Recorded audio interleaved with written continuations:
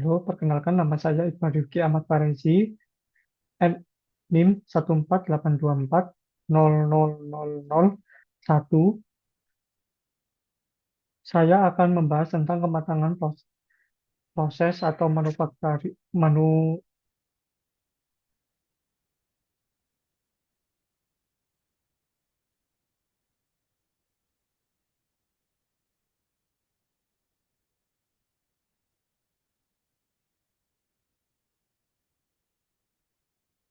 Halo, perkenalkan nama saya Iqbal Rifki Ahmad Farezi, NIM 14824000001. Saya akan membahas tentang kematangan proses atau proses maturity, mulai dari pengertian, level-levelnya, hingga contoh studi kasus dari beberapa perusahaan. Oke, yang pertama pengertian.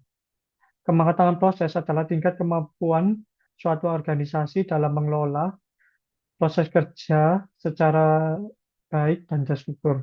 Artinya, sebuah organisasi tidak hanya bekerja tetapi memiliki cara kerja yang jelas, terdokumentasi, dan dapat bisa diukur. Semakin matang suatu proses, maka pekerjaan akan menjadi lebih efisien, hasilnya konsisten, dan risiko dari kesalahan bisa diminimalkan.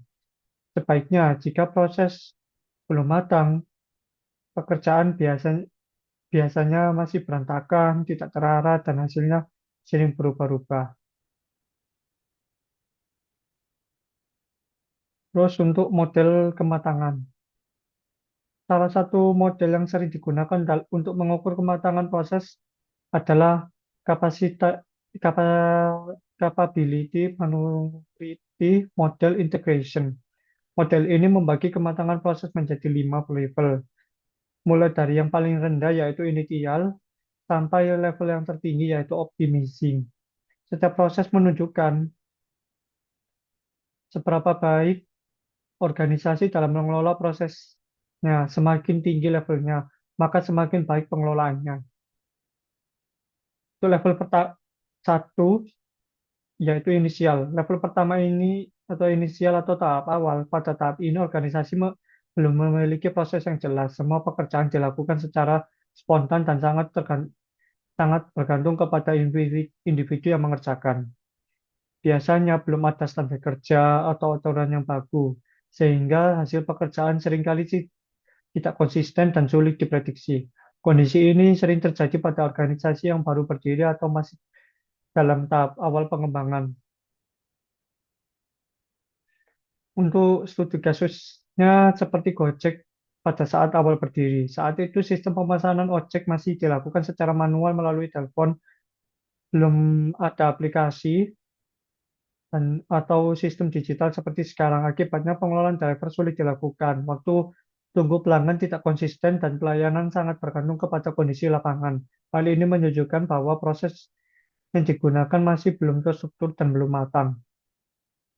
Untuk level 2, managed. Level kedua yaitu managed atau terkelola.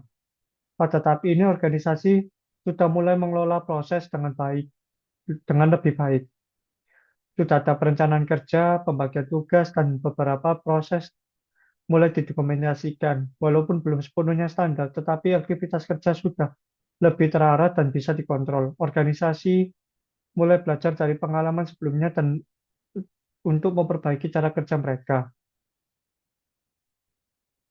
Contohnya adalah Tokopedia pada fase awal pengembangan. Tokopedia mulai membangun sistem transaksi online, mengelola penjual dan pembeli, serta menyediakan layanan customer service.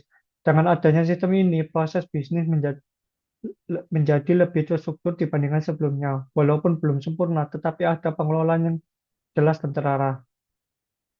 Untuk level 3, defined. Level ketiga adalah defined atau terdefinisi. Pada tahap ini, semua proses sudah mulai memiliki standar yang jelas dan terdokumentasi dalam bentuk SOP atau standar operational procedure. Seluruh tim dalam organisasi mengikuti prosedur yang sama sehingga pekerjaan menjadi lebih konsisten dan terorganisasi dengan baik. Level ini biasanya dimiliki oleh organisasi yang sudah stabil dan memiliki sistem kerja yang matang.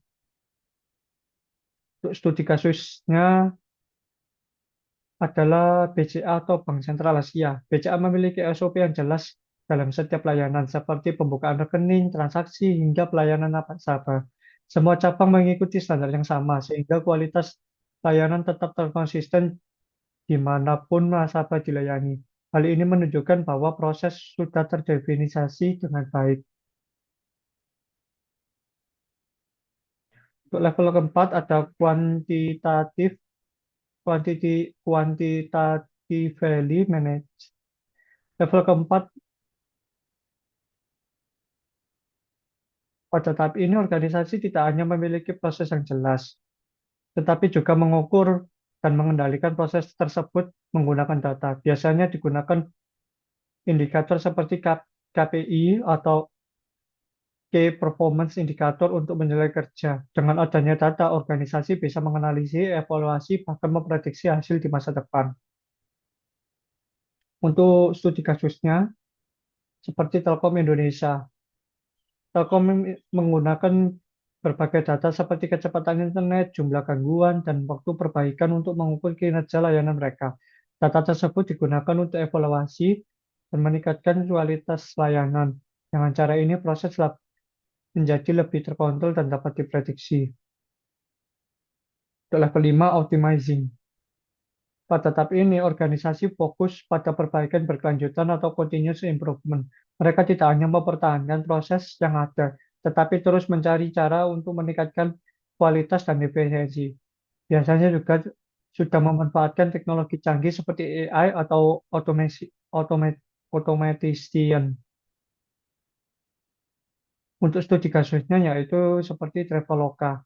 Traveloka terus melakukan inovasi seperti menggunakan AI untuk merekomendasi tiket dan hotel, serta chatbot untuk layanan pelanggan. Mereka juga rutin menganalisis data pengguna untuk meningkatkan layanan. Hal ini menunjukkan bahwa perusahaan sudah pada tahap optimal dan terus berkembang. Terakhir, kesimpulan. Berdasarkan pembahasan yang telah disampaikan, dapat disimpulkan bahwa kematangan proses merupakan indikator atau indikasi penting dalam menentukan efektivitas dan efisiensi suatu organisasi. Semakin tinggi kematangan proses, semakin terstruktur, terukur, dan konsisten aktivitas yang dilakukan, serta semakin besar kemampuan organisasi dalam melakukan perbaikan secara berkelanjutan. Terima kasih untuk presentasi saya. Jika